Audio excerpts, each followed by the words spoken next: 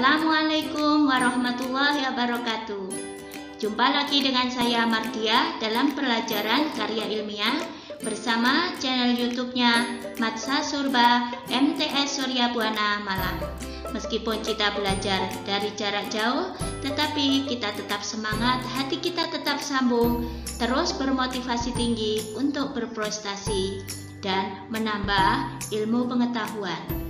Sebelum saya terangkan mengenai bab 4 kali ini tentang analisa hasil penelitian, marilah kita awali pelajaran ini dengan doa bersama-sama agar kita mendapat rahmat dan ridho Allah dalam mempelajari pelajaran karya ilmiah kali ini.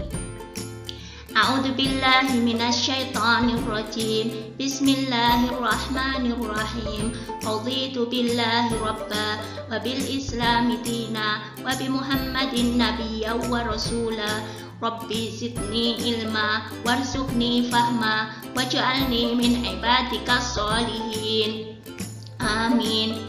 Nah, marilah kita mulai pelajaran kali ini. Kita awali dengan tujuan pembelajaran dari analisa hasil penelitian. Adapun tujuan dari pembelajaran kita masih tetap menerapkan surat Al-Alaq ayat 1, yaitu Iqra, bacalah ayat Allah yang tercipta dan yang tertulis. Ayat Allah yang tercipta, ayat kauniyah, dan salah satunya dapat kita pelajari melalui program riset karya ilmiah. Dan tujuan berikutnya adalah diharapkan siswa mampu menjelaskan dan menerapkan 3 macam analisa data penelitian yang kita pelajari selama belajar di Madrasah Sanawiyah Surya Buana ini. Ada 3 hal yang kita pelajari, yaitu analisa SWOT, analisa sosial, dan salah satu lagi yang butuh perhitungan adalah memanfaatkan teori ralat. Untuk kali ini saya akan membahas sedikit tentang teori ralat. Sebelum kita mempelajari tentang teori ralat, kita pelajari dulu apa sih analisa data hasil penelitian itu. Analisa data hasil penelitian adalah menggali sesuatu di balik data hasil penelitian yang telah kita peroleh dalam melakukan riset. Jadi, data murni yang telah kita peroleh. Selanjutnya kita pelajari tentang teori ralat. Teori ralat ini pernah saya bahas pada kelas 8 semester 2. Sekarang akan saya ulang sedikit karena dapat kalian gunakan sebagai bahan untuk menganalisa ide kalian di akhir semester 5 ini. Teori ralat kita pelajari teori ini karena dalam setiap eksperimen selalu ada ketidakpastian pengukuran. Jadi pengukuran itu selalu ada kira-kiranya karena mata kita terbatas untuk melihat pada alat ukur, sehingga kita butuh untuk meralat setiap hasil pengukuran.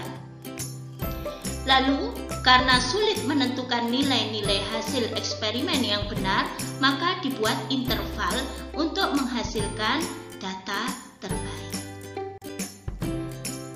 Pengukuran tunggal secara berulang dan secara langsung dari alat ukur dapat dibuat persamaan seperti berikut ini. X adalah rata-rata dari data yang kita peroleh. Di sana ada data 1, data 2, dan seterusnya sampai N. Lalu dibagi jumlah data yang telah kita ambil. Misalnya kita melakukan pengukuran sebanyak 5 kali, maka data ke-1 tambah data kedua tambah data ketiga tambah data keempat tambah data kelima, lalu dibagi 5 karena kita melakukan 5 kali. Kalau kita lakukan 7 kali, ya kita bagi 7. Itu adalah X rata-rata. Lalu di situ ada delta X. Delta X di sini adalah setengah kali nilai standar terkecil alat. NST itu nilai standar terkecil alat, misalnya penggaris. Berarti standar terkecilnya adalah 1 mili dikalikan 0,5. Kalau kita bawa ke satuan CGS, maka kita bawa ke senti, sehingga 0,5 kali 0,1 senti. Kenapa 0,1? Karena nilai terkecil penggaris adalah 1 mili. Nanti kalau alat ukurnya ganti, ya kita lihat nilai terkecil dari alat ukur itu berapa, baru kita kalikan 0,5 atau setengah. Mengapa kita kalikan 0,5? Itu adalah rumus yang sudah ditemukan oleh para peneliti. Lalu di sana penulisannya X adalah X rata-rata kurang lebih delta X. Jadi penulisannya itu misalnya hasil pengukurannya 5 cm tidak ditulis 5, tapi ditulis 5 plus minus setengah kali NST-nya berapa. Baru di belakangnya kurung tadi kita masukkan satuannya. Jangan lupa selalu memasukkan satuan, karena angka tanpa satuan tak punya arti. Lalu di situ ada RR. RR ini ralat relatif, jadi ketidakpastian pengukuran tadi berapa kita masukkan, kita ralat. X rata-rata kita bagi dengan delta X, kita kalikan 100%, maka kita temukan prosentase dari hasil pengukuran. Di bawah ini saya berikan uraian X besar adalah X rata-rata, NST adalah nilai standar terkecil dari alat ukur, lalu RR adalah ralat relatif.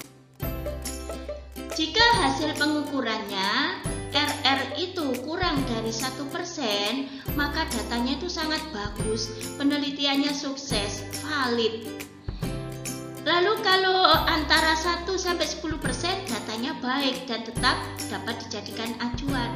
Kalau RR-nya lebih dari 10% datanya lemah, tetapi penelitian tetap diakui karena ada ralatnya sehingga dapat dijadikan pembanding untuk peneliti lanjutan. Jika ada orang meneliti yang sama dengan penelitian kita, maka boleh memakai acuan ralat kita yang lemah tadi. Itu sebagai pembanding saja. Contoh dari penggunaan teori ralat adalah mengukur panjang pensil dengan penggaris, dan kita peroleh data seperti berikut: 5 cm, 5 cm, 5,1, 5 cm, 4,9. Ralatnya X rata-rata kita jumlahkan semua, 5 tambah 5 tambah 5,1 tambah 5 tambah 4,9, kita bagi 5 karena ada 5 angka. Hasilnya adalah 5 cm. Lalu NST penggaris 0,1 cm karena terkecilnya penggaris tadi adalah 1 mili. Kita bawa ke satuan CGS menjadi 0,1 cm. Nah, delta X-nya setengah kali NST adalah 0,05 cm. Maka cara menulisnya berikut: X rata-rata sama dengan 5,00 plus minus 0,05 cm.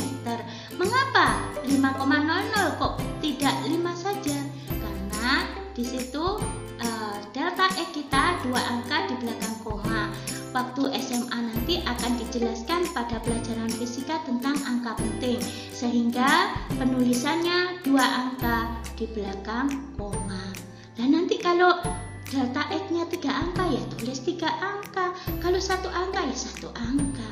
Itu ya, tergantung dari delta X-nya kita ikuti. Ralat relatifnya adalah delta X dibagi X rata-rata kali 100%. Hasilnya 0,05 dibagi 5,00 kalikan 100%, hasilnya adalah 1%. Ayo tebak, jika 1% data kita berarti apa kesimpulannya? Nah, kita ingat antara 1% sampai 10% data kita adalah baik, maka dapat dijadikan acuan dan hasilnya cukup bagus, cukup memuaskan. Alhamdulillahirrabbilalamin, demikian tadi telah saya sampaikan tentang uraian mengenai teori ralat. Nah, silakan dicoba pada data-data hasil penelitian kalian dan jawablah satu soal. Jika hasil hasil ralat relatif lebih dari 10%, apa kesimpulannya? Jawab pertanyaannya pada Google Classroom kalian. Nah, selamat mencoba menghitung teori ralat. Hari ini cukup, alhamdulillah. Wabillahi taufik wal hidayah. Wassalamualaikum warahmatullahi wabarakatuh.